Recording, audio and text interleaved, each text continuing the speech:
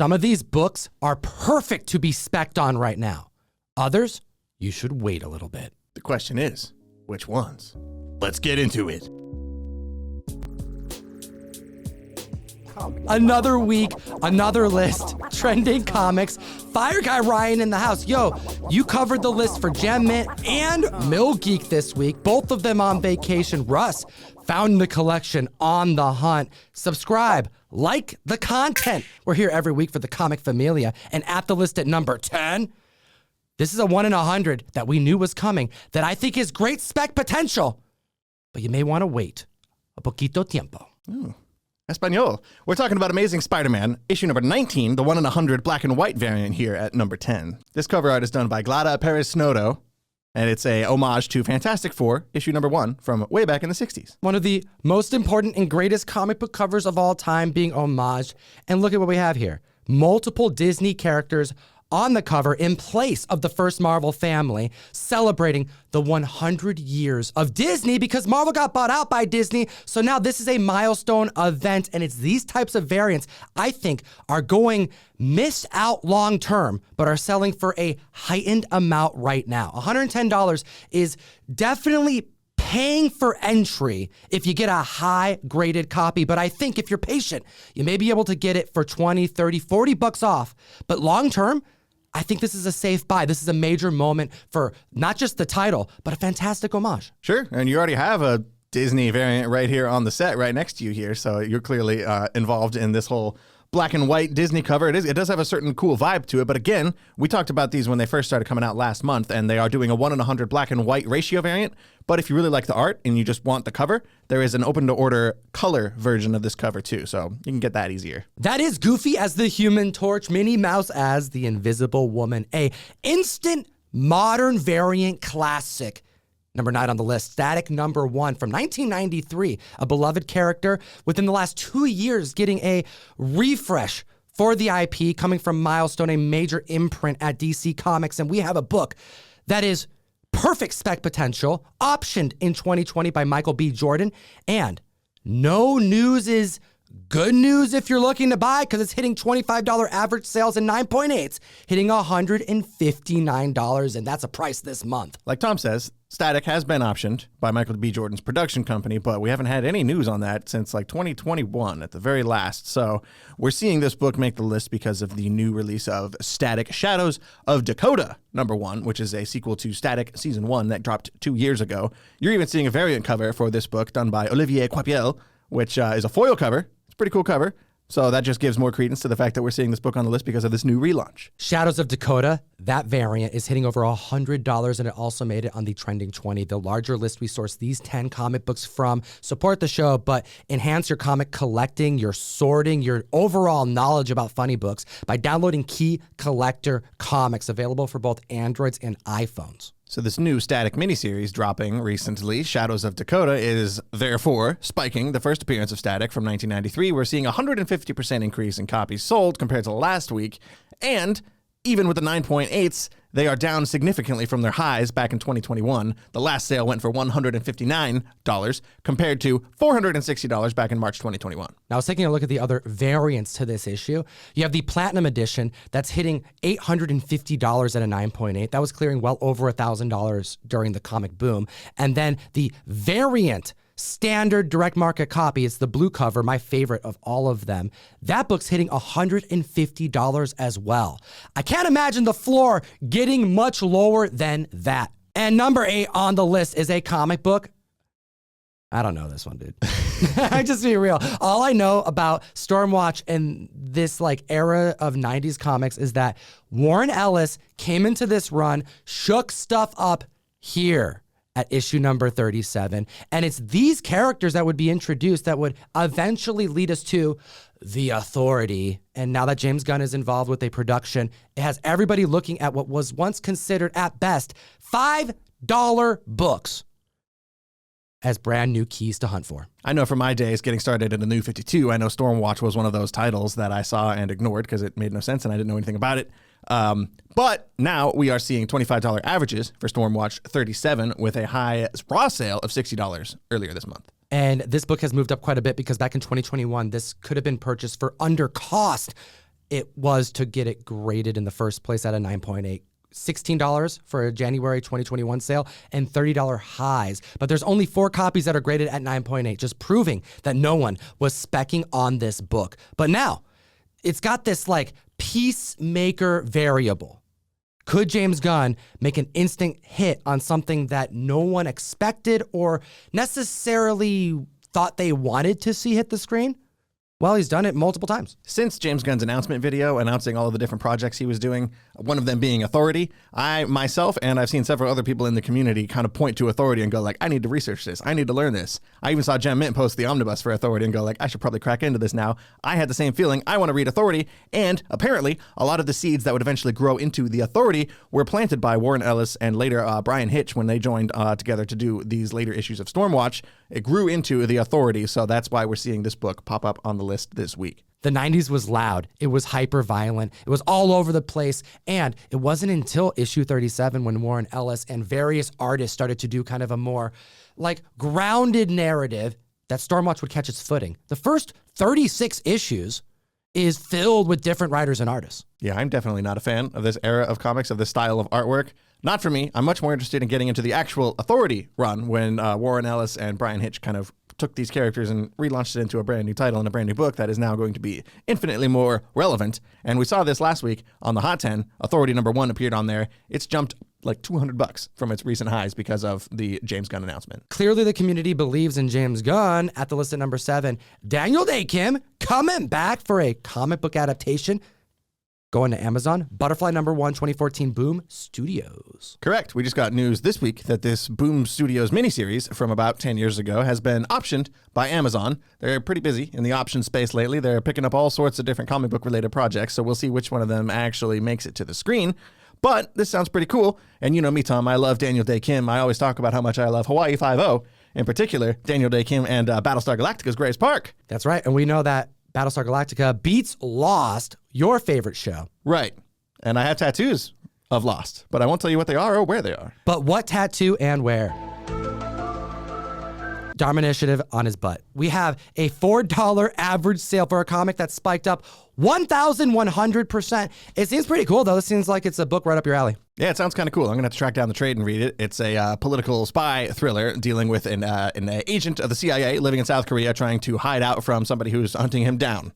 I don't want to know more than that because I want to read the damn book myself, but there's only 3 copies of this book graded on the CGC census. They're all at a 9.8. Hold your damn horses, Comic Familia, because we have a sale for $79 and $190 that both took place. But Ryan, you mentioned it. 3 are on the census. And right now there are 2 listed on eBay. So these books have come and gone and been relisted. And the 2 listings, one's at auction for another week. I'm curious to see where that one ends. But the other is listed for $1,500. Do not overspend on this comic because with an increase as mighty as we just reported, clearly members are going to find high grade copies and get them graded. And with the CGC turnaround times the way they are right now, they're going to hit eBay. And if you overpay at auction, you're going to feel it soon. Sure. Yeah. And if this just got optioned, it'll be a long time before it ever sees the light of day, if it even does. So yeah, I would wait a bit, maybe see what the census count looks like here in a couple of weeks, maybe even a couple of months, then buy it. You guys give us the best job in the world. We get to send you comics every single month with your support. And we have 2 members to give some congrats to. Bradley Silberberg. Check your email because we're going to get your info and send you this. Fantastic Four 49, you're getting a first appearance of Galactus. And big shout out to Jeffrey Hout. You're getting this FF Annual 2 Classic Doctor Doom key book. Join the mystery mail call, comictom101.com, link in the description. We send out books like this and awesome silver, bronze, modern, and exclusive every single month. You support the show. We appreciate you. For example, this month we're sending out Ninja Funk by Natalie Sanders. This is Ninja Funk issue #2, doing a self-homage, also an Adam Hughes homage to Harley Quinn, and we're sending out Gargoyles by Johnny Desjardins. Our third one per box is Grimm #6, a variant done impeccably by In-Hyuk Lee. There's still a couple days left to join the community and to support the show. And now, at the list at #6, Ryan, we're going to have to go dollar bin diving. We're here at #6. We're talking about Batman Battle for the Cowl, issue #3 that came out in 2009 in the wake of Batman's death in Final Crisis. We have multiple proteges of Batman who are looking to take on the cowl, battling for the cowl. And spoiler alert, Dick Grayson wins. And we find out that there's a new Robin. For the first time, we have Damian stepping into the Boy Wonder's shoes. This book is only $4 and was highlighted on Key Collector Comics as a fantastic spec book for good reason. $4 is essentially cover price. That's true. And with James Gunn announcing that Damian would feature in the new Batman Brave and the Bold movie, it made sense that people are starting to look for various important issues featuring Damian Wayne. And this one is pretty important because it's the first time he becomes Robin. An increase of 775% when this was highlighted. There's only one copy at 9.8. One at 9.6 and one at 8.5, all of them selling for essentially cost to get it graded, $34, $30 respectively. So this right here shows that although a book is trending, it doesn't necessarily become hot because of a long-term potential that it's going to be a blue chip book. Some books are just worth more than cover price. This one's a minor key. I see it being comfortably $10, $15, maybe even $20 one day, which is why we're seeing heights start to approach those numbers. And it's just a cool little brief era for Batman and Robin because Batman was Dick Grayson under the cowl the whole time, so he's more of a lighthearted, different take on Batman, and you have a more edgy, angsty Robin, so it's kind of a flipped dynamic where you had Batman normally is the gruff, tough guy, and Robin's the lighthearted, fun one. So it is cool to see the switch happen, and it only lasted for a couple of years until the New 52 relaunch when Scott Snyder made Bruce Wayne Batman again, and you had Damian and Bruce Wayne team up as Batman and Robin with Peter J. Tomasi and Patrick Gleason's run, which is one of my personal favorites. Number 5 on the list is the first appearance of the Council of Kangs. I would say the biggest spec book to emerge from Loki from Disney Plus. We have Avengers 267, debuting in 1986, $35 average sales, and $290 for a CGC 9.8. This book hit heights after that Jonathan Majors reveal of $950. Recent sales under 300, hot damn, that's a drop. I suspect people are gearing up for a potential Kang narrative that will continue past Ant-Man. So yeah, this book is the first appearance of the Council of Kangs, which is a whole bunch of variants of Kang. And yeah, that does make sense when you tie it back to Loki, because the first time we ever saw Jonathan Majors in the MCU was as a variant of Kang, a smaller scale, less evil, less conquery version of Kang, he who remains at the end of time and all that stuff. So it does make sense that at that time, when that episode dropped, the finale of Loki, that you would see this book in particular pop off because of all the Kang variants. It makes you think about how potentially we will see Kang portrayed moving forward, whether or not the version of Kang that we get in Ant-Man, maybe that's just one more version of Kang, and we'll see a whole bunch of other ones potentially in the future, maybe like Ramatut or Immortus. The movie's not out yet, and these sales happen prior to anyone seeing anything on screen. So I'm excited to see where this book lands after the release of this movie, considering that the hype, I think, is lower than it deserves going into it. This is a very ambitious film. Yeah, and James Gunn and DC kind of stole all of the spotlight from the lead up to Ant-Man, which drops, by the time you're watching this, it'll drop in less than a week. So I'm excited too. We really need to go. We need to book our tickets. I want to go see this together like ASAP. I want to know what happens. A 173% increase in copies sold. Looking at number 4 on the list, we have Superman 53 from 1991 coming out of nowhere, but for good reason. Do you know about the category on the app, Key Collector that is, that's called Nick's Picks? Because it's one of the most informative and important categories on this app that goes routinely missed by every member of our community. I don't know why I first thought Nick's Picks meant like a bunch of different pictures of boogers. But that's where my brain went first because I'm a child. But no, it is a cool section. It's different from the Hot 10 and the Trending 10 list. It's way more speculative because it's not based on any sales. It's just stuff that he thinks might be worth looking at considering the state of the current comic market. And I think this cover is a prime example of that. So Nick is the owner and creator of Key Collector Comics. This is his curated list that he's been doing week on end. I think he just hit 183 weeks. And this is a category that is filled with, quote, curated, unique finds and impressive sales found on eBay, refreshed every Wednesday. This book has a $3 average sale and a spike of 1,000% after it was showcased on the app. Now, members clearly bought it for good reason, Why was that? Because it's very interesting and a little controversial. Yeah, this is a very iconic cover. You can see right away when you look at it, Superman standing in front of the American flag with that motto, truth, justice, and the American way in the background. Retired motto. Right. Yeah, that was it was retired. That was mainstream news that broke in late 2021 that they were changing that from truth, justice, and the American way to truth, justice, and a better tomorrow. This is the book you can find in the dollar bin, and it's a classic cover. Very patriotic, very cool. Heights being reached in January of this year for $89 for a CGC 9.8. However, 2022. Last year, heights reached of 189. So clearly, for being a affordable comic, there is a key significance here, and it has to be because of that slogan. Yeah, when they changed this at the end of 2021, we saw the record highs for this book all come shortly thereafter throughout the month of 2022 when it was no longer the motto of Superman. However, we did hear that Peter Safran, when him and James Gunn gave their little brief secretive press conference before the James Gunn announcement video dropped the day before, they talked to a bunch of press, and Peter Safran used that motto while describing Superman, the old school, the truth, justice, the American way, while describing what their Superman Legacy movie was going to be like, which made people realize or take a closer look at this book because did they use that phrase intentionally? Did Peter Safran just forget that DC has retired that motto, or are they kind of making a point by using the older version of the motto?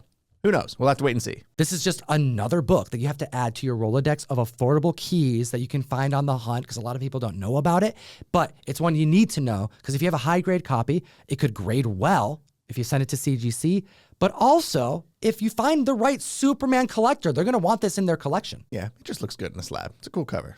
We're here at number 3, the top 3 now.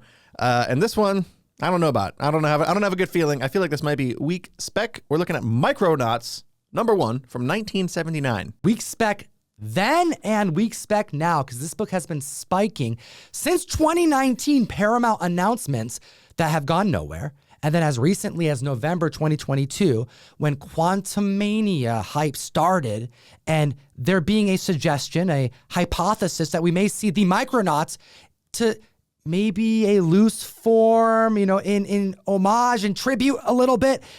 But even if that were to happen, does it matter? I don't think it matters too much. The biggest obstacle being that Marvel does not own the license to Micronauts anymore. They had a brief window making comics from 1979 to the mid-1980s, and ever since then, Hasbro has owned the license. So I don't even think Marvel is allowed to mention the Micronauts or the Microverse that they inhabited.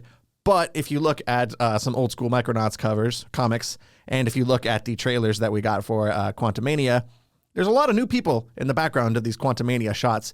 So maybe we'll get some guys in this sequence who kind of look like some old Micronauts style characters, but I don't think we're going to get any direct shout outs or callbacks to this comic run in particular. Well, we got some Bill Mantlogan seeing $20 average sales, and during the full nostalgia swing and the hype of the comic boom, hitting around 400, upwards of 500. We saw a couple outlier sales reaching heights of 700, short-lived, but recent sales in February for a 9.8 for a book that came out in 1979, $150. Yeah, overall, we're getting an increase of 129% in copies sold of Micronauts number 1. And when you look at various properties that are owned by Hasbro, they do make movies based off of their products. The biggest one being the Transformers franchise of movies they've made. They've done movies based on G.I. Joe. They had a Battleship movie that came out over a decade ago. It's not entirely impossible that we might see this Micronauts movie actually get made. You just named so many lame movies. I mean, they're lame because they're based on toys, but they're not entirely unsuccessful projects. I love the IPs. I love the cartoons, but Transformers makes money regardless of what we think about it. I'm gonna go see the one that's based off Beast Wars because that was my jam back in the 90s. So I can't hate too much. And now at the list at number 2 with one of Fire Guy Ryan's favorite books to have ever landed on the trending 10. Correct. We're talking about Criminal number 1, which was just optioned by Amazon. I'm excited. Did you just totally piss yourself with excitement? It was a mess. It's absolutely. I got myself cleaned up, and then I went to go drool over my hardcovers. Ed Brubaker and Sean Phillips, the writer and artist on Criminal, are my favorite creative team in comic history. I love everything they do. The Fade Out, Fatale, Reckless, which is going on right now. The Pulp, that old Western hardcover that we covered back on, back when that came out. A creative team that's so damn good together that they skip. I mean, most comics totally skip in individual issues and then just release a graphic novel and say, that's what you get, and everyone buys it. I have everything they've done pretty much since I hopped on the Reckless train. Correct, yeah. In recent years, they have foregone the single issue format entirely, and they're just doing original graphic novels. I'm all for it. It's like a baller move to do. Right. And they just recently reprinted all 3 Criminal Deluxe hardcovers, which is how I have them on my shelf at home. And I literally binged all 3 of them in a weekend when my first time reading them earlier last year. It's a great series. The cool part about Criminal is that the trades, you can collect, I believe, like at least 10 or so different trades. And they're all they feel like movies when you read them. They're just individual crime stories. You can pick one up and read it and put it down and be done with it. But when you pick up Volume 2, for example, it takes place in the past, like in the 1970s. And you realize that one of the little kids that you see in the second trade is the young version of the guy that you knew in the first one, and you realize that over time, the more you read of Criminal, the more and more they're fleshing out this wider connected universe that hops around through time, almost like a Quentin Tarantino movie. It's a lot of fun. Criminal's great. $12 average sales. It's got Ryan hyped. It's got me excited, and an increase of copies sold of 650%. This right here shows that when the right comics get that option status, the quality that's found in those pages is going to propel it to a collectible people want to secure just in case it's a banger. Right, and if you can't track down the single issues because it was not printed that much back in the old Marvel Icon days, again, go check out the deluxe hardcovers. It's a pretty nice set. By the end of last year, we were talking about like Amazon hype in Warhammer, Henry Cavill. 2023, we got Bitch Planet. We got freaking Tomb Raider, and this past week, SpiderMan Noir coming to Amazon. Right. They've also optioned sex criminals. We just talked about regular criminal just now, and Butterfly earlier on this list alone. There is like at least 3 or 4, stay tuned, Amazon optioned projects. Because of the nature of how you option a thing to make it into an actual movie or show, not all of these are actually going to hit the screen. Probably. I want to know your thoughts in the comment section below, which is your favorite that you hope to see hit the screen. And at the list at number 1 of all of the titles I just announced, we have one more that is added to the option status list of 2023 already, and it's my favorite of all of them, including SpiderMan Noir, yo. We got, hit the like and subscribe. We're here every 7 days for the comic fam. Wytches number 1, Scott Snyder, Jock, goodness. Hot damn. Yeah, Tom's really excited. I'm a little less excited. You have like at least 2 copies of the trade on your shelf out there for some reason. I don't. I'm not a big fan of this book, if I'm being 100% honest, but we can get into that later. Well, you are such a narrative guy, and you have this like bone to pick with Snyder, which I understand. It's fair, but I love everything Snyder does. And Jock is one of the best artists of all time. When he draws horror, it scares you almost more than the narrative, which is also horrifying. That is how I feel. The art in this book is the true winner, in my opinion. And I think the fact that we are getting a Wytches animated series has me way more excited than I would have been if this was going to be live action. If they can adapt Jock's art style into animation similar to what they did with Invincible and Ryan Ottley's art style, I think this could be really cool. However, I don't think it's that scary. I want to hear from the community if you've read this book. $12 average sales. When I was speccing on this comic book less than a year ago, it was hitting around $80 to $100 for a 9.8. We're seeing $148 sales for a high-graded copy. If you're patient at auction, I bet you can get it a little cheaper than that.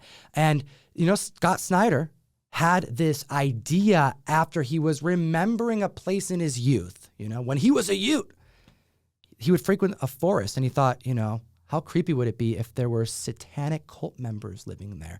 Like, you got to imagine someone as creative as Scott probably had some weird dreams and ideas when he was a kid. That's true. And he does write some good spooky stuff. I'm a big fan of his book Severed that he did around the same time period. I personally prefer that over Wytches. But even stuff like, I think, Court of Owls hit a lot of really creepy, spooky horror notes. And even his book, The Black Mirror with James Gordon Jr., There's some good stuff there. What a week of sales. Let me know in the comment section if you own any of these books. And, as always, geek responsibly. Enough said. Comic fam, look at this beautiful comic book, Swamp Thing in the distance. I mean, how cool would it be to see this cover from Swamp Thing's perspective? I mean, that's a mirror right there. That's cat hair right there. And bam! That's right, Carnivore Comics Comic Tom team up. You can get this homage done, point of view style, by Gabriel Del Otto. We have Virgin sets, and I'm gonna have them available for the first time from me this coming Tuesday for Valentine's Day on Whatnot. Link in the description. Bookmark the stream, and we'll see you there. We also have other videos for you to check out.